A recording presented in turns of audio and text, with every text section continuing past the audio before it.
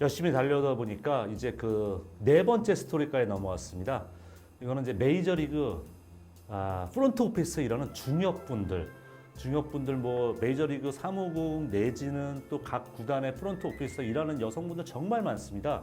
근데 그 중에서도 주목할 만한 그런 여성 중역 두 분을 제가 소개를 해드릴 텐데요. 그 첫 번째 분은 마가렛 도나휴란 분입니다. 이분은 아마 국내에선 거의 소개가 안 됐을 거예요. 잘 모르시는 분들이 많으실 텐데요. 구단의 오너, 그러니까 소유주가 여성인 경우가 가끔 있었어요. 그런데 이런 구단주를 제외하고 최초의 여성 중역의 위치에 오른 분이 바로 이 마가렛 도나휴란 분입니다. 그리고 이분의 활동 시기를 들으시면 약간 놀라실 텐데 이분은 오직 한 팀에서만 일했습니다. 시카고 컵스에서 40년 동안 일을 하셨어요. 40년 동안 일을 하셨는데 그 기간이 1919년에서 1958년도. 와, 그러니까 좀 예전 분이죠. 옛날 분인데 말씀드린 것처럼 모든 일에는 시작이 있기 마련이죠. 그 시작에 최초로 누가 했느냐. 이게 상당히 중요한데 마가렛 도나휴 이분이 바로 메이저리그 구단 프론트 오피스 역사상 최초로 중역까지 오르신 분입니다. 한 팀에서만 그렇게 40년 동안 한 직장에서 40년 동안 일하는 거 쉬운 거 아니잖아요. 근데 이분은 컵스 한 팀에서 40년 동안 일을 하셨고 또 지금도 여러분 아마 들으시면 깜짝 놀라실 겁니다. 지금도 활용하고 있는 마케팅 기법 두 가지가 도나휴 이분이 만드는 거예요. 그 옛날에. 자, 첫 번째 소개를 하나 드릴까요? 여러분 뭐 지금 국내 야구도 이미 도입한 지 시간이 좀 지났지만은 정말 야구 좋아하시는 분들은 어떻게 하시죠? 시즌 티켓 사십니다. 그리고 미국의 명문팀들은 그 시즌 티켓을 사고 싶어도 이미 다른 분들이 살고 또 계약 연장하고 하기 때문에 정말 대를 물려간다. 이런 얘기가 나올 정도로 시즌 티켓은 구하기 어렵다 그럽니다. 근데 이 시즌 티켓 제도를 처음으로 도입한 분이 바로 이 마가렛 도나휴란 분이에요. 하지만 시카고 컵스도 다이하드 팬들, 정말 열성 팬들이 많은 구단이죠. 이러다 보니까 지금이나 예전이나 리글리 필드를 활용하고 있는데 리글리 필드가 그 당시에는 그렇게 수용 인원이 많지 않았고 티켓 전쟁이 벌어져요.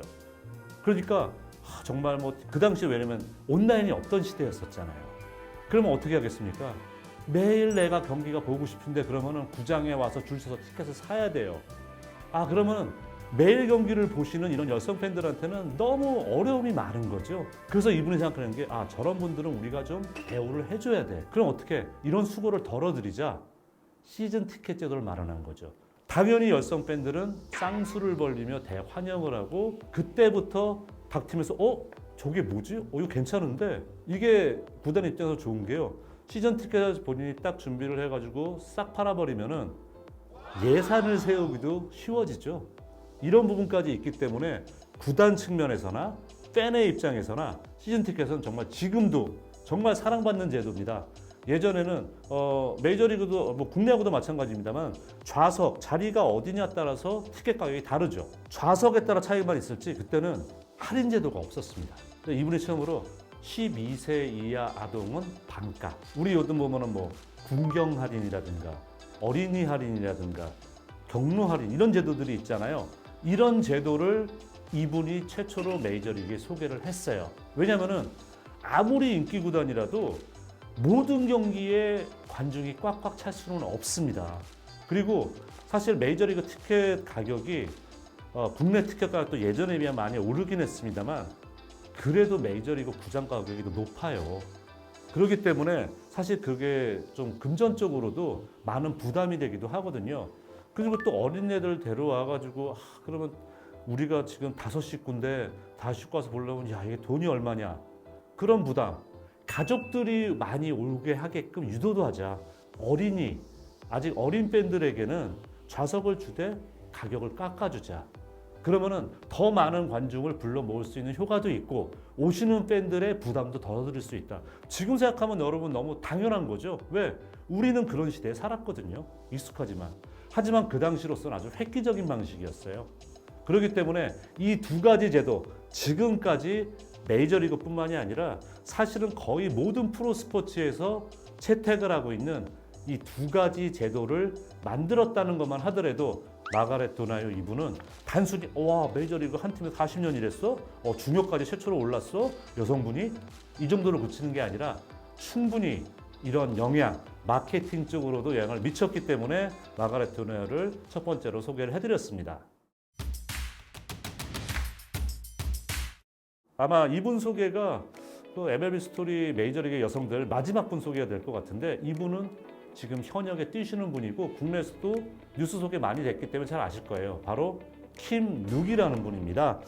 2020년도 메이저리그 최초로 여성 단장이 되셨어요. 근데 이게 사실 이 기록이 저도 이 정도일 줄은 몰랐는데 메이저리그 최초뿐만이 아니라 미국의 4대 프로 스포츠 최초입니다. 여성분이 한 팀의 단장, GM이 된 거죠. 제너럴 매니저. 저도 다른 스포츠 종목에서도 없었나 하고 놀랄 정도였었는데 그러기 때문에 킴 룩이라는 분이 주목을 받았습니다. 그리고 또 하나는 아시아 출신의 소수민족으로서 이런 자리에 오른 것도 최초기 때문에 주목을 받았죠. 아버님이 중국인, 어머님이 태국계. 그 사이에서 본인은 인디애나폴리스에서 출생을 했습니다. 그러면서 이제 이분이 미국에서 성장을 했습니다만은 이런 이제 부모님들의 영향을 받고 어린 시절에 성장한 것은 뉴욕에서 자랐어요. 근데 아버님이 야구를 좋아했는데 뉴욕은 여러분 아시다시피 좀 복잡하죠. 맨하탄 막 연상하시 복잡합니다. 그래서 뉴욕 출신 어린애들의 기록 속에는 뭐가 있냐 어렸을 때 스틱볼이라 그럽니다. 이런 야구 배트가 정말 스틱 있잖아요. 길거리 야구입니다. 이렇게 막 고무공 같은 거 던져주고 이런 걸 스틱볼이라 그러는데 이 스틱볼을 아버지한테 배우면서 야구 쪽에 관심을 가지기 시작을 했다고 해요. 그리고 유니버시티 오브 시카고 이제 대학을 진학해서 소프트볼 내야수로 MVP를 받을 정도로 열심히 뛰었습니다. 그러면서 이제 본인이 내가 스포츠 야구 쪽으로 인연을 계속 이어가고 싶다는 생각을 가지게 된 거죠. 이런 분들에게 어떻게 보면 가장 좀 교과서적인 코스가 메이저리그 구단에 인턴으로 들어가는 거예요. 그래서 이분도 대학 졸업하고 91년도에 시카고 화이트삭스 프론트 오피스 인턴으로 일단 메이저리그하고의 야구의 인연이 시작이 돼요. 97년도에는 이분이 한 번 더 점프를 합니다. 시카고 화이트삭스를 떠나요. 그래서 어디로 가느냐? 아메리칸 리그 사무국. 어떤 자리를 잡게 되냐면요. 웨이버 및 기록 디렉터. 이분이 뭐냐면은 여러분 아시죠? 선수 트레이드 또는 뭐 룰 5 또는 뭐 트레이드 이렇게 선수 이동이 메이저리그는 되게 다양하고 자주 일어나죠. 이런 선수들의 모든 이동 관련된 거에 대한 총괄 디렉터를 맡게 됩니다. 그러니까 한 발 더 성장을 하게 되는 거예요. 더 좀 중요한 위치. 이런 거를 차지하게 되면서 이분이 야구 행정가로서 점점 본인의 능력을 키워 나가게 되는 거죠. 그런 능력을 인정받아서 98년도에 뉴욕 양키스 캐시먼 단장, 정말 지금 최장수 단장을 하고 있어요. 그러면서 캐시먼 단장이 부단장으로 채용을 합니다. 근데 그 부단장 됐을 때 나이가 몇 살이냐? 킴 룩 이분이 29살이에요. 근데 되게 흥미로운 게 캐시맨 단장도 상당히 젊은 나이에 단장이 됐는데 본인도 그런 경력이 있어서 그런지 모르겠습니다만은 킴 룩 이분이 29살이지만 정말 문자 그대로 나이 관계없어. 너는 능력이 돼. 그러기 때문에 29살이라는 나이에도 부단장으로 인정을 하게 된 거예요. 그러니까 이분이 정말 노력한 것만큼 빠르게 어떻게 보면은 본인의 꿈에 아주 근접하게 되는 거죠. 그런 다음에 3년이 지났어요. 2001년도에 LA 다저스의 부사장 겸 부단장으로 자리를 옮기게 됩니다. 근데 이분의 꿈은 어차피 난 단장을 꼭 하겠다는 그런 꿈이 있었어요. 그렇기 때문에 단장이 공석이 됐을 때 인터뷰를 많이 했다고 합니다. 그 이후로도 최소한 지금 밝혀진 것만 하더라도 5개 팀과 단장 인터뷰를 했었는데 전부 다 안 됐어요. 알려진 팀이 시애틀, 샌프란시스코, 뭐 샌디에고, LA 엔젤스 주로 다 이 서부 웨스트 코스트 지역에 있는 팀들인데 이쪽 팀들하고 단장 인터뷰를 했습니다만 번번이 고배를 마셨어요. 이분이 이렇게 화려한 경력을 갖고 있음에도 불구하고 그러다가 이분이 약간 이제 여기서 여성 단장까지는 안 시켜주나 봐 좀 실망을 한 것 같습니다. 그래서 2011년도에 이번에는 메이저리그 사무국의 운영팀 부사장으로 옮겨가게 돼요. 근데 그 당시 이분의 보스, 그러니까 운영팀 사장이 누구냐? 조토레 전 양키스 다저스 감독입니다. 이 다저스의 부사장으로 있을 때 2년이 있었어요. 조토레 감독이 맡았던 시절이 있었단 말이에요.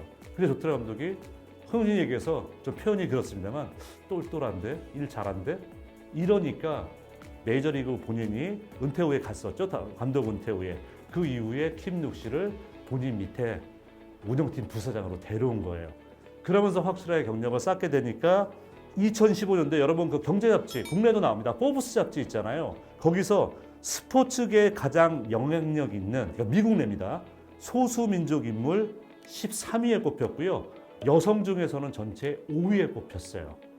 이러니까 결국은 본인의 궁극적인 목표였던 단장을 2020년도에 맡으면서 모르죠. 이분이 또 여성 최초의 메이저리그 구단 사장까지 오를지도 모릅니다. 물론 이제 마이애미가 아직까지는 조금 성적의 기복이 있고 아무래도 단장들은 좀 성적의 영향을 받잖아요. 어떻게 할지 모르겠습니다만은 어쨌든 킴 눅시가 또 아시아 소수 민족으로서 정말 여성들 제가 이 메이저리그에서 굳이 여성들을 얘기하는 거는 마치 저희가 제키 로빈슨 같이 이런 인종의 장벽을 깨는데 너무 힘들었던 것처럼 이런 여성분들도 메이저리그라는 약간 금요의 영역에서 정말 가시밭길 오랫동안 걸으셨던 분이 많습니다. 그런데 최근에 와서 그런 장벽들이 허물어지고 있는데 다 일조를 하신 분들이거든요. 그래서 소개를 해드렸고 이게 제가 볼 때는 제가 드리는 말씀은 남녀 관계 없어요. 여러분이 어떤 꿈을 가지시고 어떤 목표가 있으시면은 그거에 상응하는 내가 노력을 해주고 또 그거에 걸맞는 현명한 경력에 대한 내 공부라 그럴까요?